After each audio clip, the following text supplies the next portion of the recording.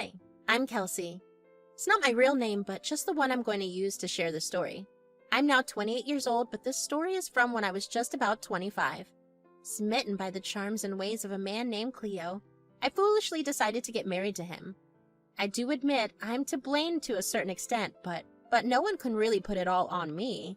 I was young and stupid. But not so much that I wouldn't see terrible things even when they were happening right in front of me.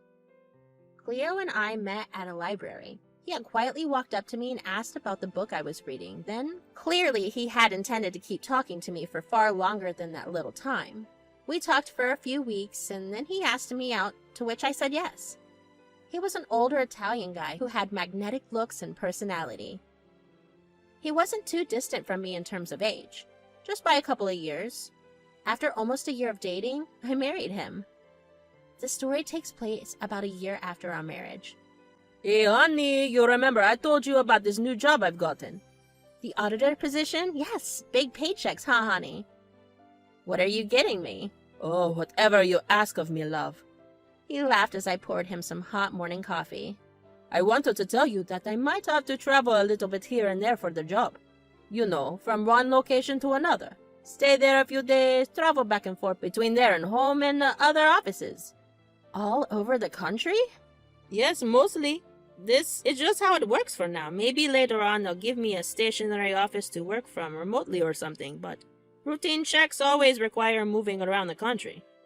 So you won't be spending time with me then?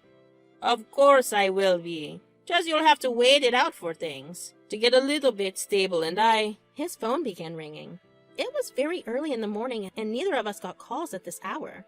I liked gardening in our little yard and he liked starting his day early, so he had plenty of time to get to work. But to have a call this early was frightening. I hoped everything was okay. He excused himself from the table and went into the yard. Cleo had been getting a lot of calls lately. His work as an auditor for this company was very high pressure, but he seemed to do it effortlessly. I understood why he kept getting calls from work, but lately, it had been on the rise. I watched him walk around in the backyard, carefully avoiding the harvest as he talked on the call. He was a natural conversationalist and didn't struggle to communicate. It was one of the most impressive traits. When he came back inside, he appeared calm and collected. Sorry, got a new job takes its toll. Anyway, we'll talk about this more when I get back, okay? Thanks for the coffee. Bye-bye. So quickly? At least finish the coffee. I'll have some from the cafe later. They've called me early. I have to go. He quickly grabbed the keys off the hook and went running. As soon as he clicked the button, he realized he picked up my key instead. You're taking my car? I got the wrong keys. I'm sorry. I'm too late. I'll fill her up for you. Don't worry. Bye. Bye. He said that and sped out of the driveway. What was so urgent that he couldn't even stop for me to give him the keys? I didn't know. That day turned out to be a little bit peculiar. I was casually gardening in the backyard as usual, and when the sun got a little bit too harsh, I went back inside for a little break.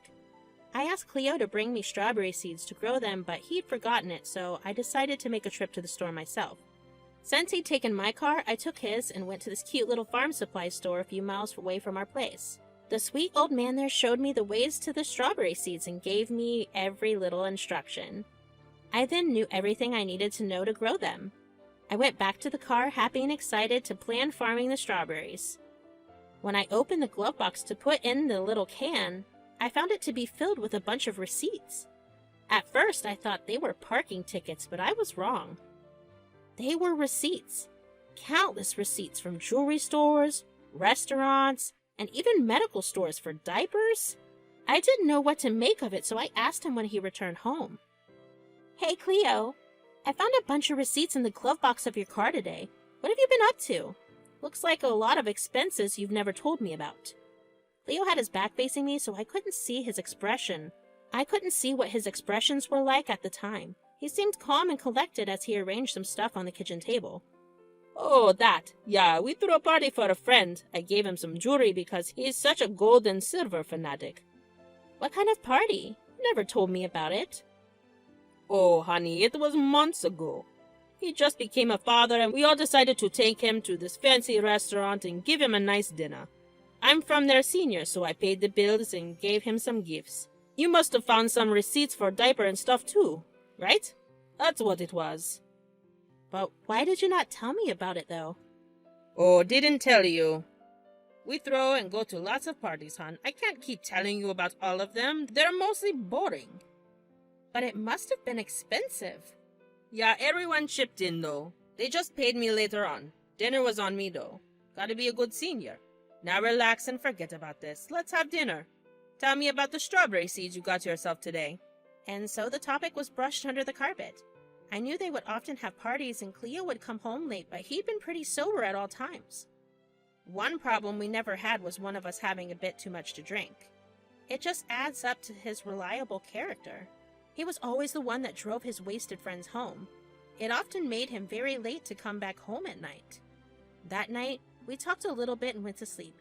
The next morning, he and I took some time to start planting the seeds. It was a weekend and he had plenty of time for me. I was so happy to have him around and finally get going with the strawberries. We planted them into the ground after doing some digging with our very hands. Just as he was planting the last few seeds, I noticed our engagement ring was gone from his fingers. Honey, where's the ring? Ring? What ring? Oh! He noticed it too, and we looked at each other in sheer horror, knowing that we might have to dig back into the planted seeds to find it again. Oh, no way! Crap! We'll have to find it. And we're out of water! Can you please go grab some from the shed? I'll try to dig the dry mud up until then. Hopefully it's one of the ones we did recently. Okay. I went into the shed where we had some running water. It was windy that day, and the heavy door usually closed behind you as soon as you went inside unless you held it in place. I was panicking, hoping we'd find the ring. We needed the water to make the soil a bit soft again to make it easier to find. But by the time I went back, Cleo had already found it. I got it! Haha, it was in the one I did last. The seeds are a bit ruined, but we can fix that. Phew! Dodged that one. Oh, thank God. I was starting to get scared. You need to be a little bit more careful about things that cost a fortune. I know, sweet love. I will take better care. That felt a bit weird. He and I had done gardening before, but none of us had ever lost a ring in there. They didn't slip off that easily. There's no way I could have ruled it out. Gardening with your hands can get messy. As the days passed, Cleo started spending more and more time at work. I'd see him very early in the morning and then directly at night. Sometimes he would have to travel to other cities and he didn't even get the time to text me. I appreciated how hard he worked for us. But being lonely didn't help with anything at all. After all, one single hobby can only keep you busy for so long. When I start getting lonely, I start impulsively cleaning. One day I was cleaning up the place and I decided to visit the basement, which we only went for supplies. I turned on the lights and started dusting everything at once. While cleaning, I opened one of our older shelves and came face to face with a Matryoshka doll. This was strange. I personally kept inventory of the basement and I'd never seen this thing before. Definitely not on this shelf. That day, I decided to call my friend Clara out of curiosity and boredom. You found a what in the basement? A Matryoshka doll. You know, the type of Russian doll that has the smaller dolls inside it? That one. And you never seen one there before? Nope. Cleo isn't Russian, is he? No, he's Italian. Why? Oh, nothing. Just had an intrusive thought. It's probably nothing. No. Tell me. I've been feeling a bit strange about how he's been behaving lately, too. Do you feel the same way? Yeah, for sure. I mean, the late hours, barely seeing you, and the weird things popping up all of a sudden. I don't know. Maybe we're just seeing through the lines here. Or maybe we're onto something. Maybe. I don't want to say this, but since I think we're thinking the same thing, do you think Cleo is cheating? The thought of it made me pause in the moment. Had I thought about it before? Not really. It was never more than an intrusive thought to me. Now Clara had spoken it into existence, and I feel like I don't have to run from the idea of it anymore. Of course I don't want to believe any of it. I don't know, Clara. I think that's jumping to conclusions. Yeah, maybe it is. Why don't you talk to him about all this? Ask him about the doll. Maybe he got it somewhere and forgot to tell you about it. Yeah, maybe that's what it is. I can ask him if he comes home when I'm awake, I guess. Me and Clara abandoned that topic right then and there. We didn't want to talk about this at any cost. Clara didn't want to be the one to frame accusations, and I really hated the idea of my lover and husband cheating on me. I had to wait a few days before Cleo and I would be in the same room and awake at the same time. It was early in the morning again. I decided to wake up earlier so I could catch up to him. He was surprised that I did, but looked happy nonetheless. Hey, did you leave behind any dolls in the basement? A what now? A doll. This one. I went to get it from my drawer in the room and presented it to him. He took a good hard look at it in silence before answering the question. Oh yeah, I got it from a friend at work a few months back. It was some sort of joke on how I avoided the downsizing and got promoted instead. They thought it would be funny, but I didn't really get it at the time. Oh. I settled down next to him on a chair and slid the doll out of his grip gently. Quite a lot of things you're not telling me about your buddies at work. I never knew you guys were close. Why don't you bring them over sometime? Sure. I will. Just give it some time. Maybe this weekend if I'm still in the city. Where are you supposed to go now? Salt Lake City for a few days. Some places there I need to look into. By the way, I know you've been doing a couple of things and meeting a couple of people because you're bored these days. I'm sorry about the absences. I hope they give me something stable soon. But under no circumstances will you go to my parents' place right now, okay? Oh, why is that? I was thinking of giving them a visit just yesterday, but they didn't pick up my call. Yeah, because they can't. Both of them are down with the flu. If you go there, you'll catch it too. And I'll tell you one thing, it's not pretty. Oh no. Will they be okay by themselves? Yes, they will be fine. Now I've got to catch the flight, so I'll see you soon. Bye-bye. He gave me a kiss on the cheek and went away. Ever since he landed the new job, Cleo had started telling me a lot of new things. It was like some surprising or weird thing happened every time we were together, and he always was in a hurry and wouldn't talk about things enough.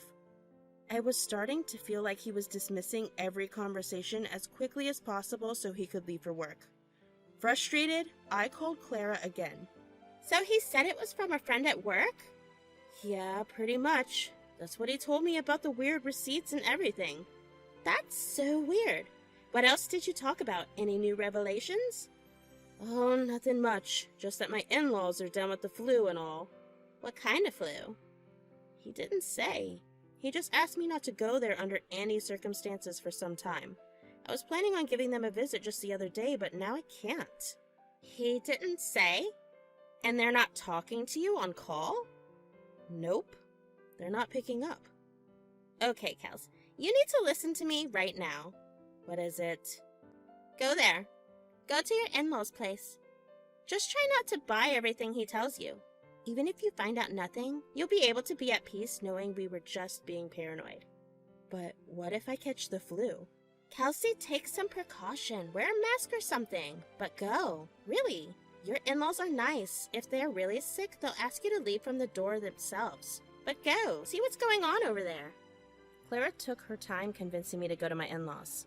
It was a dangerous pursuit because I could get seriously sick, and being alone and sick is not fun at all. Once I was done with my daily chores, I tried reaching his parents again, but the phone didn't connect. I was starting to get even more curious, so I did exactly what Clara had asked me to. They happened to live across the city, so that meant driving for an hour or so. I was getting bored, so I listened to some music and picked up some snacks on my way. I was hoping to give some food to them so they didn't have to go out. But nothing. I repeat, nothing could have prepared me for what I was about to see over there. When I knocked on their door, someone instantly opened it. A young woman, maybe in her late 20s. I would later learn that her name was Riza. Oh, hi, I'm Kelsey. New house help or something? House help? I'm the mistress of this house, lady. Who are you? Mistress? No. My in-laws live here. Jacob and Phoebe. You're not the mistress. Riza had a very thick Russian accent in her voice as she spoke. She was unfazed by what I had just said to her. She just stood there boldly telling me, Look, you're misinformed. Jacob and Phoebe sold this house to us, and they left for some trip abroad. Now me and my husband live here. Suddenly, I heard a voice from inside the house that sounded way too familiar.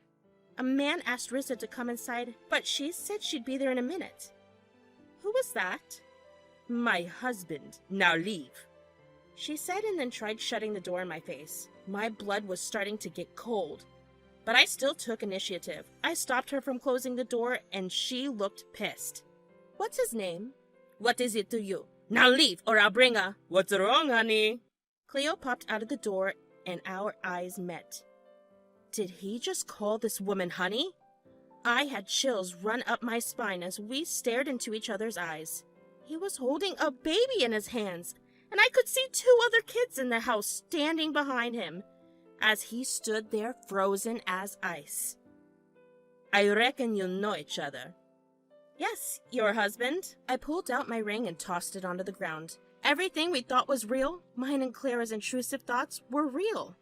The truth had revealed itself, and I felt like I'd run face first into a brick wall.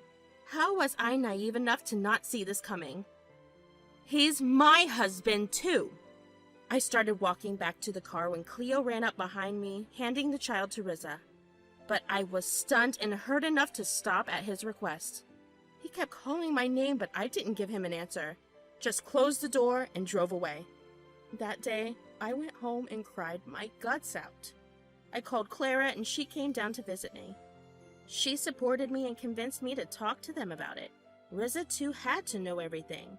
So the next day, I went to their place again. Riza opened the door with a sting in her eyes and voice. Honey, your wife is here. Come in, wife. Let's see what your husband has to say to the 2 of us. We sat down at the table once the 2 of them had put the kids away. The little one was still on Riza's arm as we talked. How long have you been married? 7 years now. It's about to be cut real short. I thought you were a crazy woman, but his eyes told me the truth yesterday. Look, I am so sorry, but I couldn't. Shut up, you liar. You destroyed my whole life. I could have been with someone better. Someone who cared about me, but no. I was at home alone while you made kids with your Russian wife here. I know what I've done, but for you, I'd do it again. Oh, the audacity, you 2. Stop shouting in my house. Little Damon sleeps, Kelsey. What? Divorce this man. Kick him out of the house. It's my house she lives in. Okay, but this isn't. What do you mean? My parents gave this one to us. To me. Gave it to me. And thanks for never telling me that they were your parents, Kelsey. He's cheated you for 1 year, but me for 7. Yesterday, I found out the sweet old people who gave me the house cheap were his mom and dad. He told me they died in a plane crash years ago. You always get away with all this, don't you? Lying, cheating. Oh, what I'd do to see you burn in hell. He is the type to rot with demons. You 2 need to keep it. Shut up. You get nothing to say in your defense. You have nothing, okay? Nothing. Kelsey, kick him out of this house. What? Kick him out of my house before I do it. Do it before I do. You cheating swine. You pack, leave. How dare you? I said leave! Riza yelled so loudly that the baby woke up and began crying. I personally pulled Cleo by the collar and dragged him out of the door. He just stood there, looking defeated as I threw his car keys in his face. Divorce papers. Keep your pen ready. I decided to sue him, and Riza proceeded to divorce him. I had no job, so even though I wasn't technically married to him because he was already married, I was eligible for alimony. And Riza was eligible for alimony and child support. We got ourselves a hell of a divorce lawyer and made Cleo give us the other house too. It felt absolutely terrible seeing the one my husband cheated on me with the first time around, but from the day after, I realized what a badass Riza was. She quickly became an older sister to me, helped me move out of the old house and back in once I had it to myself. Meanwhile, Cleo is nowhere in the picture. We've made him broke enough in the little time that he had to change his address to a cheaper place. Riza secured full custody of all 3 children somehow.